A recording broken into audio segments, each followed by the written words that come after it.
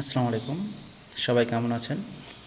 আজকে একটা ছোট্ট বিষয়ে আপনাদের সামনে আমি এসেছি কথা বলতে। সেটা হচ্ছে যে বর্তমান প্রজন্মের কাছে বা আমাদের কাছেও আমরা বই পড়া জিনিসটা একদম ভুলে গেছি।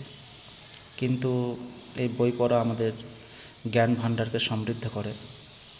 আমরা হয়তো আজকাল প্রচুর জ্ঞান পেয়ে থাকি বিভিন্ন ইউটিউব, ফেসবুক এগুলো যখন স্ক্রল করি, বিভিন্ন শর্টস ভিডিও আমাদের ছোটো ছোটো অনেক জ্ঞান দিয়ে থাকে।